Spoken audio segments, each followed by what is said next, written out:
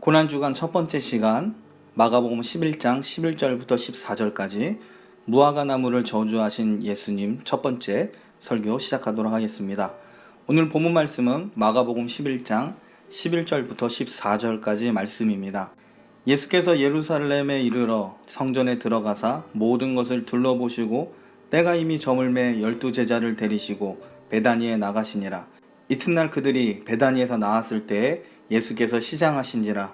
멀리서 잎사귀 있는 한 무화과 나무를 보시고 혹 그 나무에 무엇이 있을까 하여 가셨더니 가서 보신즉 잎사귀 외에 아무것도 없더라. 이는 무화과의 때가 아님이라. 예수께서 나무에게 말씀하여 이르시되 이제부터 영원토록 사람이 내게서 열매를 따먹지 못하리라 하시니 제자들이 이를 듣더라. 아멘. 종려 주일 예수님께서 예루살렘으로 입성하시고 나서 성전에 잠시 들어가십니다. 그리고 성전 모든 것을 한번 둘러보십니다.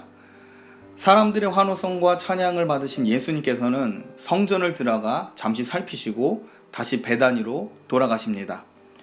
메시아로서 인정을 받으며 예루살렘 성전에 오신 그 예수님께서 어떤 행보를 하실지 사람들은 굉장히 기대하였고 궁금해하였습니다. 이제 이스라엘 중심이 되는 예루살렘 성전까지 예수님께서 오셨습니다. 그런데 아무 일도 일어나지 않고 예수님은 잠시 성전을 살피시고 베다니로 가신 겁니다. 예수님은 예루살렘을 입성하셨을 때 그 소란했던 오늘을 뒤로하고 베다니로 돌아가십니다.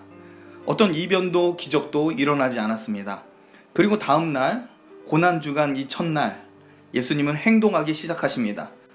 예수님께서 성전을 둘러보신 후 오늘 처음 무화과 나무를 저주하신 사건이 나옵니다. 성전을 둘러보신 예수님은 그에 대한 평가를 내리시는데 그것이 바로 무화과 나무를 저주하신 것으로 드러내십니다. 호산나를 외치며 우리를 지금 구원해 주소서라고 외쳤던 이 예루살렘 거민들에 대해서 무화과를 저주하신 사건은 예수님의 첫 메시지로서 성전과 이스라엘에 대한 예수님의 불편한 심기라고 우리는 해석할 수 있습니다.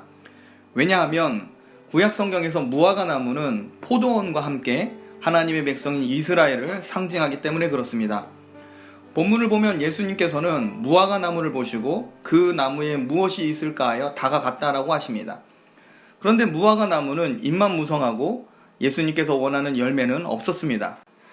예수님께서 무화과 나무, 즉 하나님의 언약 백성인 이스라엘에게 무엇이 있을까 해서 예루살렘에 입성하여 성전을 살펴보셨습니다. 그런데 잎만 무성하였고 열매가 없었던 겁니다. 이스라엘 백성과 타락한 성전은 하나님을 향한 경외심이 사라진 채 형식적이고 종교의식만 난무하였습니다. 잎만 무성하고 하나님의 뜻에 합당한 열매는 전혀 보이지 않은 겁니다. 그 결과 하나님께서는 열매 없는 이스라엘과 성전을 향해서 심판을 선언하십니다. 구원을 기대하며 호산나 외쳤던 이 이스라엘을 향해서 예수님께서는 자기 백성을 구원하기 위해 이스라엘의 위선과 종교 형식만 치우친 이 성전을 폐하시기로 선언하십니다. 그것이 잎만 무성한 무화과 나무를 저주하신 예수님의 메시지입니다. 하나님은 교회를 참된 교회로 만드시기 위해 잘못된 길을 가는 자기 백성과 위선적인 교회를 향해서 전쟁을 선포하실 때가 있습니다. 어떤 신학자는 구약에 나타난 하나님을 연구하면서 하나님은 죄와 싸우시는 용사라는 관점으로 접근을 합니다. 하나님은 자기 백성을 구원하시기 위해 원수들을 진멸하시고 승리를 하십니다. 그리고 자기 백성으로 이 승리에 참여하게 만드십니다. 그런데 하나님께서 싸우시는 대상이 자기 백성을 괴롭히는 악인들에게만 한정되지는 않습니다. 하나님께서 싸우시는 궁극적인 대적은 죄입니다.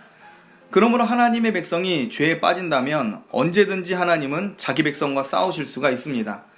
왜냐하면 진정한 구원과 회복이 이루어지기 위해서는 죄 문제가 해결되어야 하기 때문입니다. 구원을 기다리고 소망하는 자기 백성을 위해 예수님은 자기 백성 이스라엘 그리고 타락한 성전과 싸우셔야만 했습니다.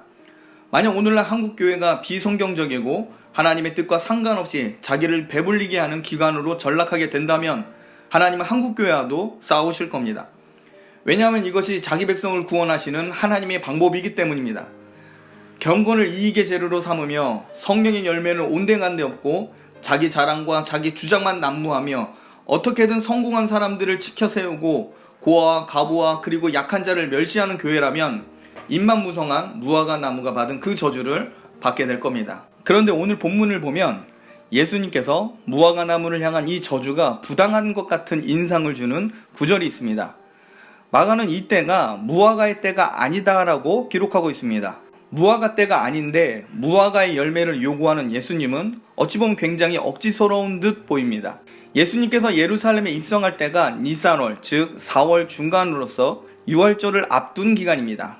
팔레스틴에서는 이 무화과 나무 열매는 이른 열매로 5월과 6월쯤에 먹습니다. 그리고 늦은 열매로 8월 말에서 10월에 다시 따서 먹을 수가 있는 그런 열매입니다.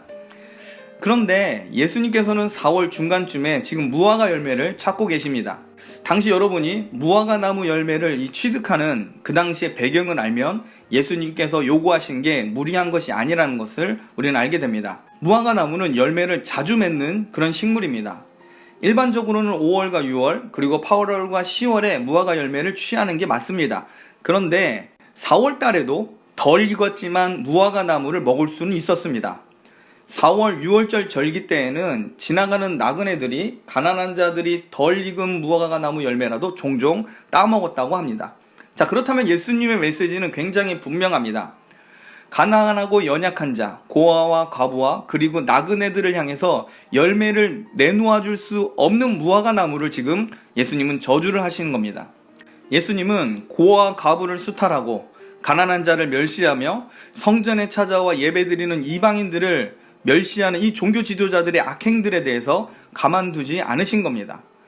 예수님 앞에 아직 때가 되지 않았으니 조금 더 기다린 후에 가난한 자를 위해 우리가 열매를 내주겠습니다. 그때는 늦은 겁니다. 예수님은 지금 시장하였고 지금 열매를 드셔야 했습니다. 나그네 되시고 가난한 자와 함께 하셨던 예수님을 줄이게 한 그 교회는 무화과 나무처럼 고사되어 비틀어져 죽게 됩니다. 화려하고 풍성하게 열매를 내줄 것처럼 이미지 목회를 하며 교회의 외형을 꾸미려고 하는 이 사역자들에 대해서 무화과 나무 저주 사건은 충격적이며 굉장히 무서운 경고가 됩니다. 말씀을 마치겠습니다. 예루살렘을 입성하시고 성전을 둘러보신 후에 예수님은 무화과 나무를 저주하십니다. 이어지는 사건이 바로 성전 정화 사건입니다. 이 성전 정화 사건은 15절부터 바로 시작이 됩니다. 예수님은 예루살렘 거민과 제자들이 바라는 방식으로 자기 백성을 구원하지 않습니다. 예수님은 하나님의 구원 계획을 이루시기 위해 타락한 성전을 향해서 선전포고를 하십니다. 열매를 내어주지 못한 교회는 예수님의 사역을 이해하지 못할 뿐 아니라 정화의 대상이 됩니다. 오늘날 한국교회가 하나님의 이름을 빙자해서 정치와 경제와 자기 행복을 위한 목소리만 내고 있다면 하나님과 싸우게 될 겁니다. 더 잘 살고 더 행복해지는 것이 구원이라고 착각하는 사람들이 오늘날 교회에 많이 늘어나고 있습니다. 죄로부터의 구원은 피상적인 이론으로 다루어질 뿐 죄가 무엇인지 하나님께서 원하시는 열매가 무엇인지 생각할 필요성을 느끼지 못하고 있습니다. 결국 예수님께서는 죄를 지으면서도 타락한 자를 긍정하고 자기를 치장하는 이미지만 화려하게 꾸밀 줄 아는 교회와 싸우실 겁니다. 예수님은 저주하시며 더 이상 사람들이 그 교회, 그 성전에서 열매를 영원토록 얻지 못할 것이라고 선포하십니다. 열매 없는 상태로 영원히 지속된 교회, 성전은 이미 버림받은 것이며 있을 필요가 없는 겁니다. 그러므로 여러분, 입만무성한 교회가 되지 않도록 열매를 맺는 교회 되기 위해 기도하셔야 합니다. 나그네와 연약한 자들에게도 열매를 제공할 수 있는 그런 교회가 되어야 합니다.